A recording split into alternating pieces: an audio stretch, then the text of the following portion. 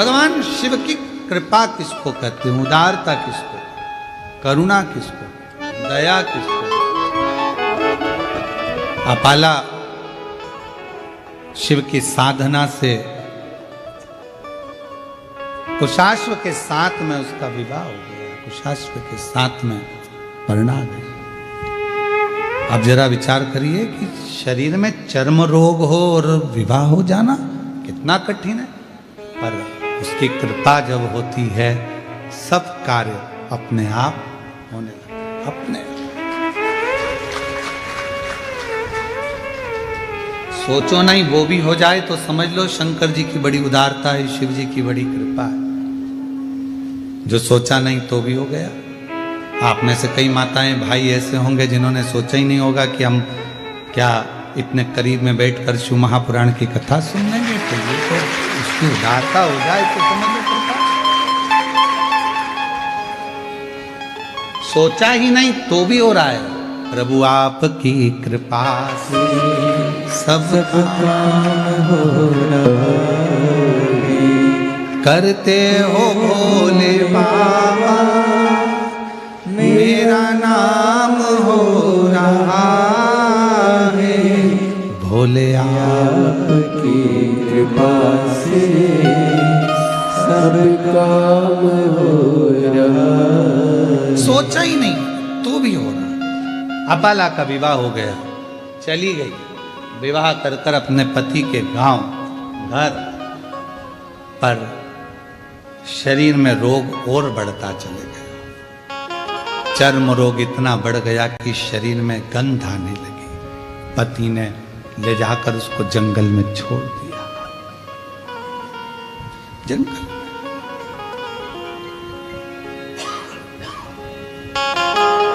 तेरे पिता ने मेरे साथ धोखा किया। अपाला हाथ जोड़कर कहती है मेरे पिता ने धोखा नहीं किया। पिता ने तो कहा था मेरे शरीर में चर्म रोग है, पर आपने कहा कि सुंदर है मैं इससे विवाह करूंगा, करा। रोग बढ़ा, धक्का देकर निकाल दिया बाहर। जंगल में घूम रही अपाला, कहाँ जाऊं, किसके पास जाऊं। फिर मन में आया कि पति ने निकाल दिया, पर पिता थोड़ी ना शरीर देखता है, माता थोड़ी ना शरीर देखती है। माता पिता तो ऐसे होते हैं, अगर बच्चा बेकार भी है, उसको कोई रोग भी है, तो भी माँ बाप उससे दूर नहीं हटते, उसको करीब रखते हैं, करीब रखते हैं। माता पिता थोड़ी ना दूर करते। अब ईमानदारी से बोलो, अगर बच्चे को बुखार आ रहा है, बच्चा रात को चमक रहा है, डर रहा है, उसको बुखार आ रहा है, कोई बच्चे को एकदम तकलीफ हो गई और माँ बाप कहे नहीं नहीं मैं हाथ नहीं लगाऊंगी, मैं इसके पास नहीं जाऊंगी, इसको फीवर है, इसको बुखार है, इसको शरीर में कष्ट है। शिव महापुराण की कथा कहती है कोरोना जैसी बीमारी भी आई, आप लोगों ने दर्शन किया होगा। उस कोरोना जैसी बीमारी में सबने साथ छोड़ दिया, भाई बंधु कुटुंब कबीला कोई ना साथ दे, पर माँ बाप, भले बच्चे की तकलीफ थी, लोग कह रहे हैं तुम बीमार हो जाओगे मत जाओ, पर माँ बाप अपने बच्चे को नहीं छोड़े। माँ बाप तो उसको लगा साथ।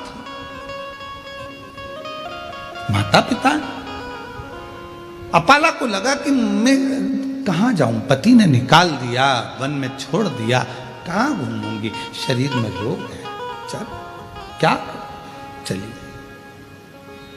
और अपाला चली, एक काम करती हूं अपने पिता के पास जाती, पिता के पास। अपाला आंतऋषि की कुटिया में पहुंच गई। मानसुइया ने देखा, बेटी तेरा तो मैंने विवाह कर दिया था, तो अपने पति के घर चली गई थी, फिर यहां कैसे आ गई। मां, पति ने निकाल दिया, वन में घूम रही थी, कहां जाती तो आपके पास आ गई।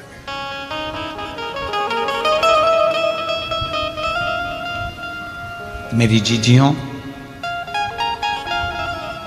मायका मां से होता है। मायका शब्द ही मां से जुड़ा हुआ। मां ने तुरंत कहा क्यों चिंता करती है, यहां रहे। मां, शरीर में चर्म रोग बढ़ गया है, गंध आ रही है, सब दूर हट जाते हैं, क्यों टेंशन, क्यों चिंता। आंतऋषि आ रहे थे स्नान कर कर, अपाला को देखा, बेटी तू यहां, हाँ पिताजी। शरीर में रोग बढ़ा, पति ने छोड़ दिया, यहां ही हूं, क्यों चिंता करना। तू इतना सुंदर वेद गाती है, इतना सुंदर वेद की रचना करती है, इतना इतना तेरे में विद्वत्ता है, एक बार पढ़ ले, एक बार अगर अध्ययन कर ले तो तुझे याद रह जाता। अब दत्तात्रेय भगवान की बहन है अपाला, चंद्रदेव की बहन है अपाला, दुर्वासा जी की बहन है अपाला, कोई साधारण हो कि विद्वत्ता में परिपूर्ण। अभी आपको कथा में कहा, बेटे को कहना पड़ता है पढ़ पढ़ पढ़, बेटी को नहीं कहना पड़ता। आई स्कूल से और पुस्तक निकाल के सोफे पे लंबा पाँव कर कर 1 2 कुछ नहीं करेगी तो अपनी कलर निकाल लेगी और बोई पोतती रहेगी। उस बेटे को कहना पड़ता है। और बेटा आया स्कूल से, ये उठा, कार उठाई, ये उठाया, वो उठाया, यहाँ दौड़ वहाँ दौड़, ये फेंक वो फेंक। और बेटी आई स्कूल से, अपनी बुक निकाली, मम्मी जल्दी देखो आज मेरे को गुड मिला है, मम्मी देखो, मम्मी देखो, आई देखो, पापा सबको बताएगी, पापा ताऊ, बड़े पापा, आंटी, अंकल, सबको, दादी दादा, बैग खोल खोल के लाएगी, सबको दिखाएगी। और बेटा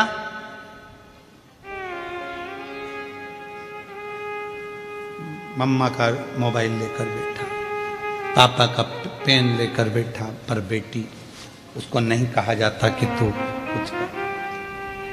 इतनी विद्वान थी अपाला, विद्वत्ता में परिपूर्ण, पढ़ती, वेद की ऋचा जब बना सकती है, वेद की जब ऋचा को तैयार कर सकती है, सूक्त तैयार कर सकती है, तो वो साधारण नहीं हो सकती, साधारण। अब अंतरी ऋषि ने देखा कि बेटी का शरीर बहुत बिगड़ रहा, रोग बहुत ज्यादा हो गया, चर्म रोग बहुत ज्यादा फैल गया, क्या करूं। तब अंतरी ऋषि ने कहा कि बेटी, क्या तूने, इंद्रदेव ने कहा था तो तूने क्या शंकर भगवान की साधना नहीं करी? करी, मैंने तप करा, साधना करी, उसी से तो मेरा विवाह हुआ था। फिर ये शरीर में रोग। आखिरी में इंद्रदेव स्वयं कैलाश पर्वत की ओर चले गए, अपाला को देखकर कि इसका शरीर बिगड़ रहा, शरीर पूरी दुनिया की पहली स्त्री थी, पहली कन्या थी देवताओं में जो विद्या के प्रति इतनी जागरूक थी। आज के जमाने में लोग बेटियों को पढ़ाने से पहले विचार करते हैं कि पढ़ाएं ना पढ़ाएं, इतनी पढ़ ली बहुत है। पहली बेटी थी आंतरी ऋषि की बेटी अपाला, जो विद्याध्ययन में प्रखर थी, जो वेद में भी अपनी ऋचाओं को, सूक्त को प्रदान कर देती थी, वो अपाला थी। इंद्रदेव ने कैलाश पर्वत पहुंचे, शिव जी तो कैलाश पर मौन होकर बैठे थे, किससे कहें कि अपाला को एक रोग है और अपाला मुझे भजती है और मैं जाऊंगा नीचे उससे मिलने के लिए तो मुझसे वर मांगेगी। एक बार मैंने उसको साधना बता दी थी, पर उसके बाद उसका विवाह तो हो गया था, फिर तकलीफ, शरीर में रोग है। इंद्रदेव पहुंचे देवादिदेव महादेव के पास में, शंकर भगवान मौन थे, नंदी बैठे थे। नंदी शिव जी की ओर निहार रहे, शंकर जी की, बोले कुछ नहीं। इंद्रदेव ने जाकर अपाला से कहा, अपाला अगर तेरे शरीर में रोग है तो तू भी एक काम कर, कुछ मत कर, शिव जी को निहार। नंदी हमको प्रेरणा देता है, शंकर भगवान के मंदिर में जो नंदी की स्थापना होती है शिव मंदिर के बाहर, वो हमको प्रेरणा देता है कि इधर उधर ना झांकते हुए शंकर पर दृष्टि लगा लो, वो तुम्हारी सृष्टि बदल देगा, वो तुम्हारी जिंदगी बदल देगा। वो नंदी सीख गया। पर हमारी आदत बुरी है। हम मंदिर जाते हैं तो 10 जगह पर ध्यान लगाते हैं, हम कथा में भी जाएंगे तो 50 जगह हमारा ध्यान जाएगा, अगर मंदिर भी जाएंगे तो 50 जगह ध्यान जाएगा, तीर्थ जाएंगे तो 50 जगह ध्यान जाएगा। यहाँ तक शिव महापुराण की कथा कहती है कि यदि आप काशी विश्वनाथ जी का दर्शन करने के लिए काशी में पहुंचे हो तो सबसे पहला लक्ष्य तुम्हारा ये होना चाहिए कि मुझे विश्वनाथ जी से मिलना है, मुझे बाबा का दर्शन करना। कृष्णेश्वर बेलूल गयो, मुझे शिव जी का दर्शन करना। मुझे भीमा शंकर गयो, भीमा शंकर, मेरी मासी के यहाँ बाद में जाऊंगी, दूसरे मंदिर बाद में जाऊंगी, पहले सबसे पहले मुझे जाना है तो मेरे बाबा के यहाँ जाना, जिससे मिलने के लिए आई।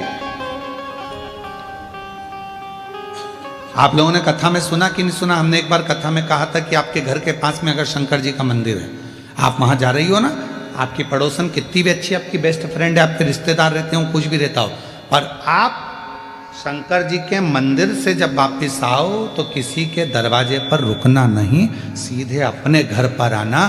क्योंकि शिव जी को जब जल चढ़ाकर लोटा जो लेकर जाते हो, पानी का लोटा लेकर जाते हो, कलश लेकर जाते हो, एक लोटा जल लेकर जाते हो, जब शंकर भगवान को चढ़ाते हो तो शिव जी ने लक्ष्मी को वर दिया था भगवान नारायण को देने से पहले कि लक्ष्मी जो मेरे मंदिर में आकर एक लोटा जल चढ़ाएगा उसका पात्र खाली नहीं जाना चाहिए, उस पात्र में तुम बैठकर उसके घर तक जाओगी। अब मालूम पड़े हम पड़ोसी के यहाँ रुक गए, बहन के यहाँ रुक गए, रिश्तेदार के यहाँ रुक गए, नातेदारों के यहाँ रुक गए, वहाँ बैठकर बात करने लगे तो अपना जल की जो लक्ष्मी होती है, पात्र की जो लक्ष्मी होती है, वहां रुक जाती, उस पात्र को लेकर घर तक। कुबरेश्वर धाम पर लोग आते हैं, जितने लोग कुबरेश्वर धाम आते हैं हम उनसे भी कहते हैं कि आप आए हो तो बाबा से मिलने के लिए। ऑटो वाला कहेगा हम तुम्हें यहाँ ले चलेंगे, ऑटो वाला कहेगा, गाड़ी वाला कहेगा हम तुम्हें वहां ले चलेंगे, बहुत सारे मंदिर है हम यहाँ घुमाए वहां घुमाए, ये करे वो करे। उससे एक बात कर दो, हे भैया मैं मेरे बाप के घर आई हूँ, कुबरेश्वर धाम आई हूँ, अपने मायके आई हूँ, पहले मुझे वहां लेकर चलो, मेरे बाबुल के पास, मेरे पिता के घर, पहले उससे मिलूं। उससे अगर मैं जाकर प्रार्थना करूंगी और जो बाप देता है, फिर तो तुम सब, पिता जिंदा है ना, माँ जिंदा है ना, तब तक मायके से जो मिलता है वो दिल से मिलता है। माँ बाप जाने के बाद भाई है, भाभी है, हमारा इनसे रिश्तेदारी खराब नहीं है, भाभी भैया से हो, ये भी है, पर तुम जाओगी ना तो सोच कर दिया जाएगा, दीदी को ये दूं कि ना दूं, ऐसा दूं कि ना दूं, लिफाफा कितने का दूं, भांजे आए हैं, भांजी आई हैं तो उनको क्या दिया जाए, क्या सोचना पड़ेगा। पर माँ बाप सोचते नहीं है, माँ बाप से नहीं पूछती कि बेटी को दूं कि दूं, पापा नहीं पूछते कि बेटी को दूं कि दूं, माँ बाप है, उठाया दे दिया, घर में उसका भी तो हिस्सा है, उठाया दे दिया। पर माँ बाप के जाने के बाद उसी तरह कुबरेश्वर धाम जो आते हैं वो शंकर भगवान को, कुबेर भंडारी को अपना बाप मानते हैं, मायका मानते हैं कुबरेश्वर धाम को, तो वहाँ आकर सीधे अपने बाप से कहा जाए, वो कहे ऑटो वाला यहाँ ले चलूँ, मानना ना, मैं मुझे तो मेरे बाबा के घर ले चलो, वहाँ जाऊंगी, मांगूंगी, वो दे देगा। और तेरे दरबार की बाबा निराली शान देखी है, तुझे नहीं देखा पर झोली भरी देखी है, मुख दुनिया मोड़े बाबा तू मुखड़ा, मैनू लगी परीती बाबा तू मुख दुनिया मोड़ेगी बाबा तू मुखड़ा, मेरी जो प्रीत लगी है वो ना टूटे, मुखड़ा दुनिया मोड़े, मोड़ने दो, संसार मुखड़ा मोड़े, मोड़ने दो, नाते रिश्ते छूटे, छूटने दो, पर तू ना छूटे। अंत समय प्रभु और वचन दिया तो निभाना पड़ेगा, तो मुखड़ा है वो ना मोड़ा जाए, शिव कृपा करे, करुणा करे। मुझे नहीं था, मैं कहां जाऊं, नंदी हमको प्रेरणा दे रहा है शंकर जी के मंदिर के बाहर बैठ करके, कहीं ध्यान मत दो, शिव पर ध्यान दो, शिव पर। ध्यान का बड़ा महत्व है महाराज जी, बहुत ध्यान लगाना इस बात के लिए। मोबाइल पे भी समझ में आ जाता है कि तुम्हारा दिल कहां है। पत्नी पति से बात करती है ना, तो कह देती है बात में, मैं तुमसे बात कर रही हूं, तुम्हारा ध्यान कहां है। इतनी दूर वो मायके और तुमसे बात कर रही है, तो कह रही है कि तुम्हारा ध्यान कहां है, मैं तुमसे बात कर रहा हूं। फिर पति सूझ में आता है, आज मैं तेरे से तो कर रहा हूं, और मालूम पड़ा था लैपटॉप पे लगा हुआ था, ध्यान वहां था, हॉट काम पर लगा हुआ, मित्रों से गप्पे मारने में लगा, और फोन आ गया पत्नी का। पत्नी तुरंत पहचान जाती बात करने के तरीके से, तुम्हारा ध्यान कहां है। उसी तरह एक लोटा जल तो मंदिर जाके सब चढ़ाते हैं, शंकर जी को मालूम पड़ जाता है कि तुम्हारा ध्यान कहां है, कहां तुम्हारा ध्यान है। जिसका ध्यान था बाबा उसकी झोली खुशियों से भर देता है। वो कई बहन माता जी कह रही थी संतान नहीं, कोई कुछ कहे। एक बहन ने पत्र में लिखा मेरे बेटे के लिए, 12 बार पत्र लिख चुकी हूं, धन्य है, आज हाथ में आई गया। मेरा नाम विजया कैलाश बड़गुढ़र है, मैं 12 बार पत्र लिख रही हूं गुरुजी। बड़ा लड़का यूएसए के लिए तैयारी कर रहा था पर हो नहीं पा रहा था, बहुत तकलीफ आई, आखिरी में उसने हिम्मत छोड़ी। पर किसी ने कहा कि वो सियोर वाला महाराज कहता है कि हिम्मत मत हारना, शिव जी के मंदिर जाना, लोटा भर जल चढ़ाना। पार्थिव लिंग का पूजन किया, 6 बजे पूजा कर कर मंदिर में से 7 बजे आकर बैठी, और तभी बाबा ने ऐसी कृपा कर दी कि मेरा बेटे का सिलेक्शन हो गया, और वो उनके में नौकरी। आ जाओ बेटा, शिव तत्व इसी को कहते। और जो जैसी भावना काशी वाले लुटा दिया भंडार, काशी वाले लुटा दिया भंडार, काशी वाले कलिया मार, काशी वाले। शिव पर ध्यान केंद्रित करो। लोटा भरकर जल सब चढ़ाते हैं, जैसे पत्नी पति से कहते तुम्हारा ध्यान कहां है। शंकर जी समझते हैं तुम्हारे एक लोटे जल को।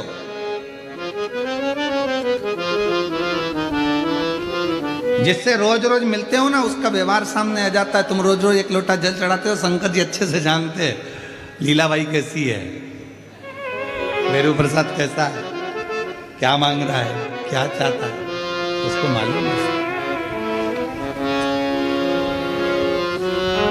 दिल तो लगाओ, हृदय तो लगाओ शिव जी से। अपाला,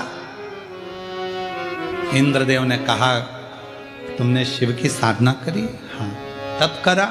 हाँ, मेरा विवाह हुआ, पर ये रोग ठीक नहीं हुआ। इंद्रदेव ने कहा शिव पर ध्यान केंद्रित कर लो। एक दिन अपाला बैठी थी, अब उसका मन कहीं नहीं लगता, क्योंकि दुनिया की दौलत अगर तुम्हारे पास में है और तुम्हारा शरीर अगर ठीक नहीं है तो वो दौलत किसी काम नहीं। प्रथम सुख निरोगी आया।